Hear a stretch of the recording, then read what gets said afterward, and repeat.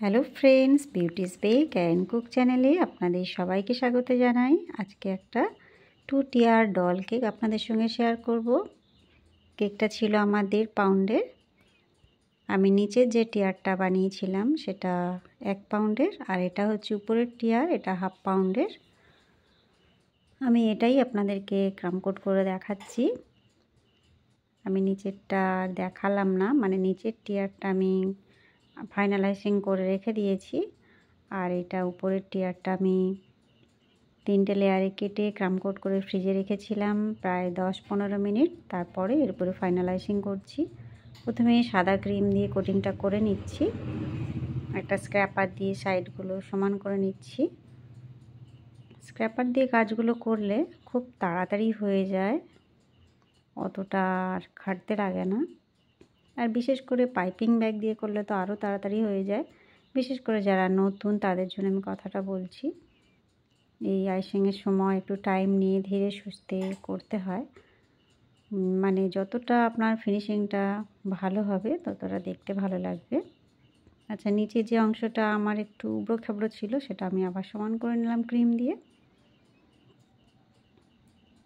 আমি এখানে ক্রিমে red colour mixed করেছি, করে একটা স্প্যাচুলা দিয়ে নিচের দিকটা একটু করে লাগিয়ে নিচ্ছি। একটু মোটা করে লাগাচ্ছি, পুরোপুরি কেকের সঙ্গে আমি মিশিয়ে দিচ্ছি না, কেননা এটা দিয়ে আমি ডিজাইন করব। দেখাচ্ছি আমি কি ডিজাইন এটাই করব। এই যে একটা স্পুন নিয়েছি, নিয়ে উপর দিকে এটা টেনে দিচ্ছি। আস্তে আস্তেই করছি, এখানে একটু দেখিয়ে দিই স্পিডে, কেননা যদি প্রতিটা কাজ আমি ধীরে ধীরে দেখাতে যাই তাহলে অনেকটা বড় হয়ে যাবে ভিডিও। এই যে এটা এরকম থাকবে, আর নিচের যে টিয়ারটা সেখানটায় আমি গোলাপ দিয়ে দেবো সাইডে। প্রথমে হাফ রাউন্ড করছি, পুরোটা করছি না, কেননা স্পেস কম আছে। এখানে 2টো গোলাপ কখনই হবে না, সেই কারণে একটা অর্ধেক, একটা পুরোপুরি।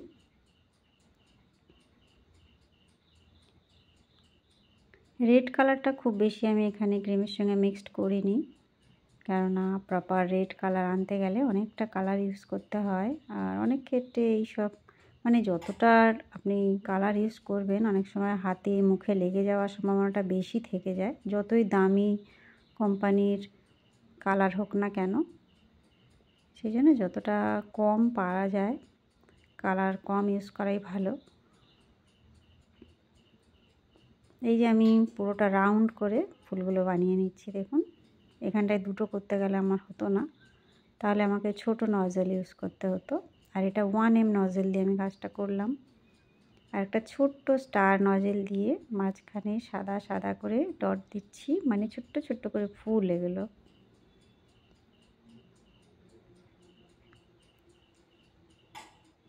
দেখুন কত সুন্দর একটা লুক আসছে সাদা আর লালের কম্বিনেশনে।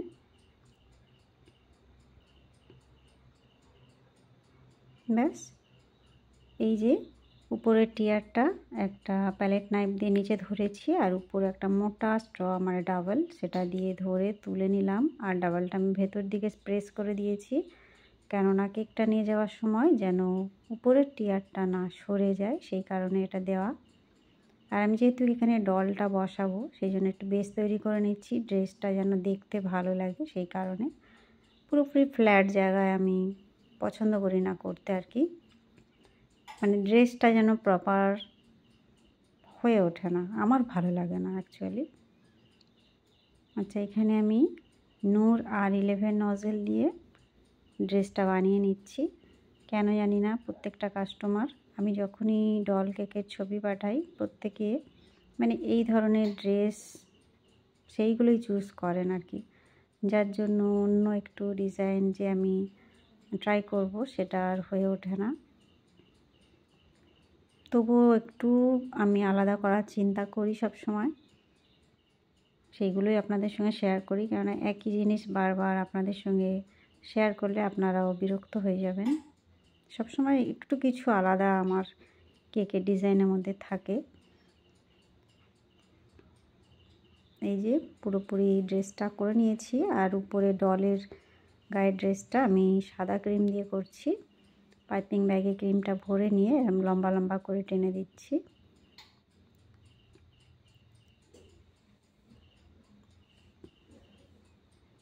প্রত্যেকটা বাচ্চাই কিন্তু মানে বাচ্চা মেয়েরা তারা ডল কেকটাই বেশি পছন্দ করে আর কি। যাই হোক, আমি খুবই কম প্রাইসের মধ্যে এগুলো দিয়ে থাকি।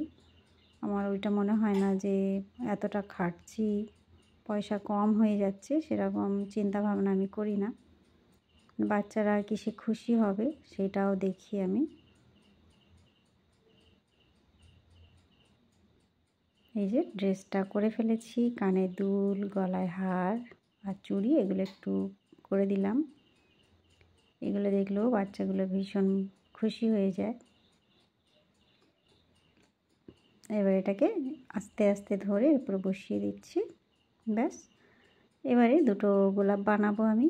যদিও এখানে ডিজাইন না করলেও ভালো লাগতো, একটু অন্য কিছু করলেও, কিন্তু আমার একটা পুরানো কেকের ডিজাইন দেখে কাস্টমার সেটাই চুজ করেছেন, সেই কারণে আমাকে গোলাপটা বানাতে হচ্ছে। নচেত আমি ভেবেছিলাম অন্য কিছু এখানে একটু করে দেব।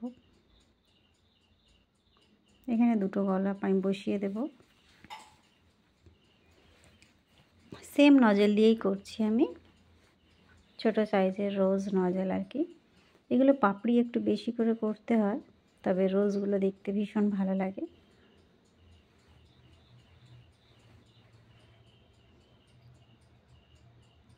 একটু করে ক্রিম দিয়ে তারপরে বসিয়ে নিচ্ছি, যেন গ্যাপ না থেকে থাকে আর কি মাঝখানটায়। আবার একটু দুটোকে এক জায়গায় করে নিলাম। এই যে কালারটা আমি বানিয়েছি এটা হচ্ছে ব্ল্যাক আর ইয়েলো, এই দুটো কালার মিক্সড করে আমি গ্রিন কালারটা এনেছি। আপনারা যখন এই কালারটা আনতে যাবেন মানে একটু একটু করে মিক্সড করে করে দেখে নেবেন। মানে দুম করে একটু বেশি ব্ল্যাক দিয়ে ফেললেন এরকম করতে যাবেন না। অল্প ইয়েলো মিক্সড করবেন, একটু ব্ল্যাক মিক্সড করবেন, তারপরে এই কালারটা পেয়ে যাবেন। শ্যাওলা কালার, খুব সুন্দর একটা কালার। এটা দিয়ে আমি একটু পাতা পাতা বানিয়ে দিচ্ছি, যদিও গোলাপের পাতা এরকম হয় না, এগুলো ডিজাইন আর কি। অনেকেই হয়তো কমেন্ট করতে পারেন যে কি পাতা এগুলো বানিয়েছি। যাই হোক, আমি আগে থেকেই বলে দিচ্ছি, কেকে আমাদের যতটা মানে যেটা ভালো লাগে সৌন্দর্যের জন্য সেটাই আমরা করে থাকি। সবসময় বাস্তবের সঙ্গে মেলাতে গেলে সব ওলট পালট হয়ে যাবে আর কি।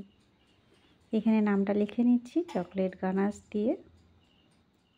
এই যে আমার কেকের ফাইনাল লুক। বন্ধুরা, কেমন লাগছে? ভালো লাগলে বা একটু হেল্পফুল মনে হলে অবশ্যই একটা লাইক করবেন, চ্যানেলটা সাবস্ক্রাইব করে রাখবেন। আমি ফেসবুক, ইনস্টাগ্রাম, ইউটিউব 3 জায়গায় আছি, আমাকে ফলো করতে পারেন। দেখা হবে নেক্সট ভিডিওয়।